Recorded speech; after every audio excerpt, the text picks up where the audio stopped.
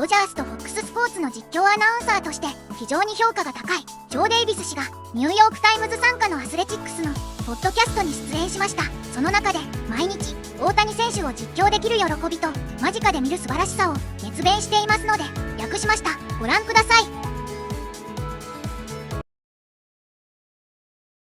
So, Joe, there's a guy on the Dodgers. You might have heard of him. His name is Ohtani. Okay. And you've seen him do things that other humans don't do. And that's mostly because other humans can't do them. What do you think is the most amazing thing that you have seen him do? Oh, the one game, the 50-50 game. And I know you're a nerd for that game, Jason, all the historical nuggets that came out of it. Just everything on that day, and that it was not just the 50 home runs, not just the 50 stolen bases, but together, and clinching his first trip to the postseason ever. Just all the things that he layered that day. It was, I mean, you say it's peak Ohtani, but it was only half the deal, right? It was only hitting.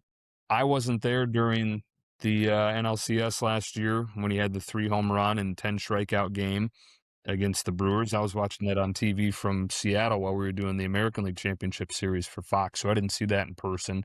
I guess that's kind of peak Ohtani, where you take the craziness of both sides of it and put it into one game. Yeah, he's just I was talking to Chris Garagiola, the radio guy for the Diamondbacks, the other day, and he said somebody asked him who he thinks the most underrated player in baseball is, and he said Ohtani. And I thought that was funny and interesting and probably true. It seems stupid. I can't go say that because people think I'm a Dodger homer, so I'm not going to go out there and say that. But he said it, and I was like, you know what? There's probably something to that. I don't know if any of us, I'm sure we have those moments where we were like, wow. But, I mean, he's so far onto his own level of anything we've ever seen and anything we ever will. I think it will take time. And I'm not talking a few days or a year. I'm talking having that thick history book written and being able to tell stories to our grandkids and great-grandkids about how different this guy was before we can really appreciate what we're seeing. Yeah. Is it different even for you when Ohtani heads for home plate? I know I'm always thinking, what am I going to see next? Mm-hmm. What are you thinking? Because you're not just there to watch it. You have to put it into words and put it into perspective. Yeah, the first notes of his walk-up song play, and it inspires something a little different in me, for sure. I've run out of superlatives at this point. I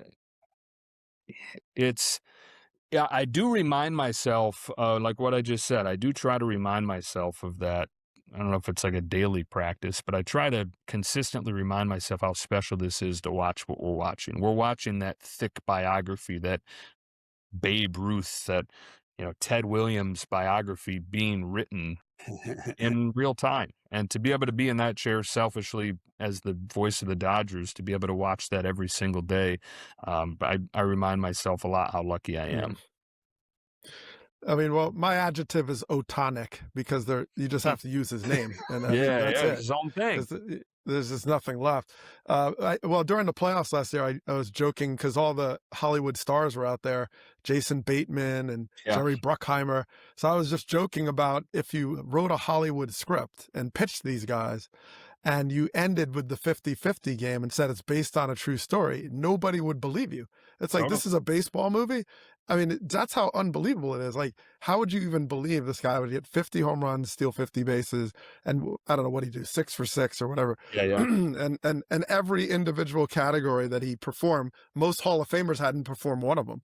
So it's just like, and when I feel like when I try to think of like, well, what could he do next? He finds something that I hadn't even thought of. Yeah. It's like, it literally is like writing the game. It's let alone the book. He's writing a game. Like, it's like your 3-year-old going that with crayons and like, let me just make a baseball game and just, why can't he ricochet off the moon and land in the stands? Why not? Yeah. It's like, it really is, guys. It really is a gift. I think if we look at it that way, to have how many things inspire wonder in us adults these days? How many things make us stop and say, wow. Like the 3-year-old you're saying, that happens every day to them, but we get older and we've seen everything. And to have a guy who constantly reminds us that it doesn't have to be final, it doesn't have to be impossible, that you can still pause and think what is possible here and dream big. I think that when you channel it that way, it can really be a gift for all of us as we watch him. Bigger perspective than just, wow, how far can this guy hit the ball? You know what's unreal to me is it's like he wakes up one morning and thinks, hey, nobody's ever been 50-50. I'll do that. Hey, it'd be cool to win the Cy Young. I'll just do that. Okay? Yeah, and not just to say that, but then every single time to actually go do it. This can't be done. He's a real human on the planet we live in. And here's my biggest pet peeve. Why do people out there still want him to stop doing both, pitching and hitting, when he's basically Babe Ruth and Bob Gibson wrapped inside one person? Yeah. I mean, I don't know. I think that those people are the kind of people that are going to find something wrong with anything. And the greater it is, the harder they're going to try to tear it down. Like, that's just, is he going to have to stop eventually? Sure. We all are. But while we got it, yeah. How could you feel anything other than just love for what you're watching him do? Incredible. What about the, for example, ABS has been a, real eye opener, and dovetailing that into an